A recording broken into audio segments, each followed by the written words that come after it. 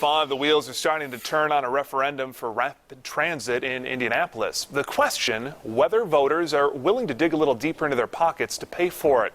RTV 6 State House reporter Katie Hines live in the newsroom with the details. Katie?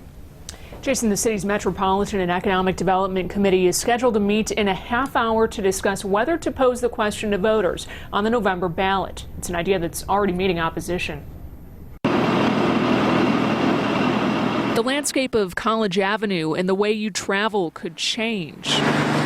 The federal government is directing $75 million to the construction of the Red Line. The first 13-mile stretch will run from 66th Street down to the UIndy campus along College Avenue.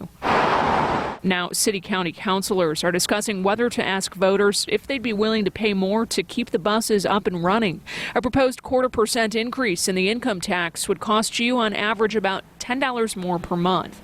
Councilor Jeff Miller says it would mean more routes and more buses. It's part of the problem with a bus route that comes every hour, let's say, is, you miss the one and you're out of luck for an hour.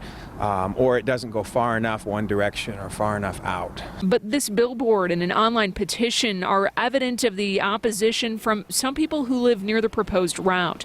Steve O'Neill is part of the organization College Avenue Indy. He says the rapid transit line would bring traffic down to one lane in either direction on College and Meridian.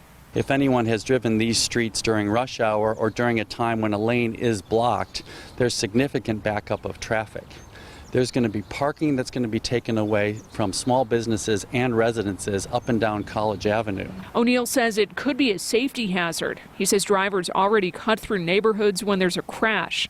Miller argues it's necessary for growth. If we don't find a way to become a city where it's possible to have no car and still get around and do everything you need to do, then we're always going to be behind. We'll never move to that next tier. The committee is scheduled to meet at 5:30 p.m. at Riverside School 44, that address 2033 Sugar Grove Avenue. The meeting will include discussion and public testimony, but no vote. And tonight's one of several meetings in this process. Erica?